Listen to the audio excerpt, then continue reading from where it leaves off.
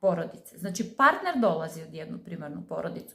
Mi dolazimo od jedne primarne porodice i sve te faktore i sve te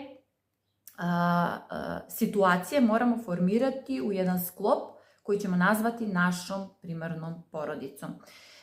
Tu je bitan taj kapacitet od kakve porodice mi dolazimo i kakav kapacitet vučemo sa sobom.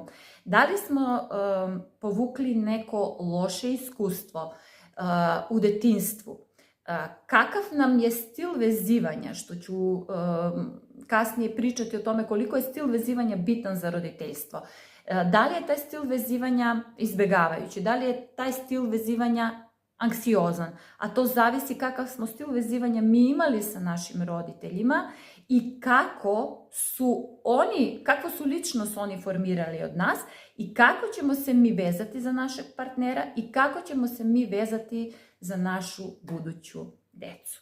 Znači, od kakve porodice dolazimo je veoma bitno, zato gledajte kad birate svog partnera kakva je njegova porodica, kako su naši stari pričali, kad biraš nekog, biraj kakva je njegova porodica, jer mnogo iskustva od svojih klijenata koje dobijam na seansama je to da mi nismo percipirali, nismo gledali svog partnera kad smo ulazili u brak na taj način, kakva je njegova porodica, a tek onda kasnije smo shvatili da on je copy-paste sistem iz porodice iz koje dolazi. To je veoma normalno. Možda nekad nisam ni ja obraćala pažnju na to, ali verovatno ja nisam bila psihoterapeut, bila sam izuzetno mlada, ali zato kažem, edukacija, iskustvo, sve to nas kreira da budemo različiti, da radimo na sebe i da